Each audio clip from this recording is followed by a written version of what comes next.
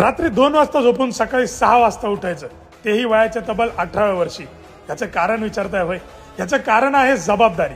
जबाबदारी पैसे कमवायची, जबाबदारी अन्न वस्त्र निवारा या जीवनावश्यक गरजा पूर्ण करण्याची, जबाबदारी स्वतःला नाही पण घरच्यांना सांभाळायची, आणि जबाबदारी एक निर्व्यसनी, कष्टाळू आणि प्रामाणिक उद्योजक बनण्याची. ही गोष्ट आहे गणेश पंढरीनाथ तांबे या 18 वर्षीय युवकाची. श्रमिक नगर नाशिक ITI कॉलनी येथे राहणारा हा होतकरू गणेश मला भेटायला आला होता, आणि याची यशोगाथा ऐकून जणू असं वाटलं की आपण किती उशीर केला आणि आपण किती मागे आहोत याच्या कामापुढे.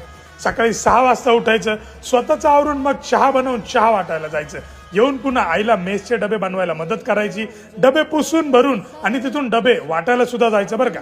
पुन्हा येऊन 3 वाजेला चहाची तयारी करायची, 5 वाजेपर्यंत चहा वाटायचा, पुन्हा घरी येऊन पुन्हा रात्रीचे डबे तयार करून ते वाटायला जायचे, आणि तिथून 7 वाजता येऊन 7 वाजता हॉटेलात कामाला जायचं रात्री 1 वाजेपर्यंत, आणि रात्री 2 वाजता घरी येऊन झोपायचं, आणि सकाळी 6 वाजता उठून पुन्हा 30 दिनचर्या सुरू करायची, ज्यात त्याचा ITIचं शिक्षण सुद्धा जोमाने चालू आहे बरं का.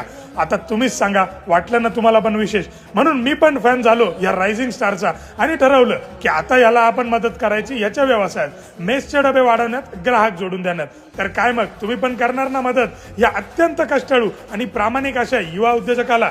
तर नंबर देतोय मी, नक्की संपर्क करा. धन्यवाद.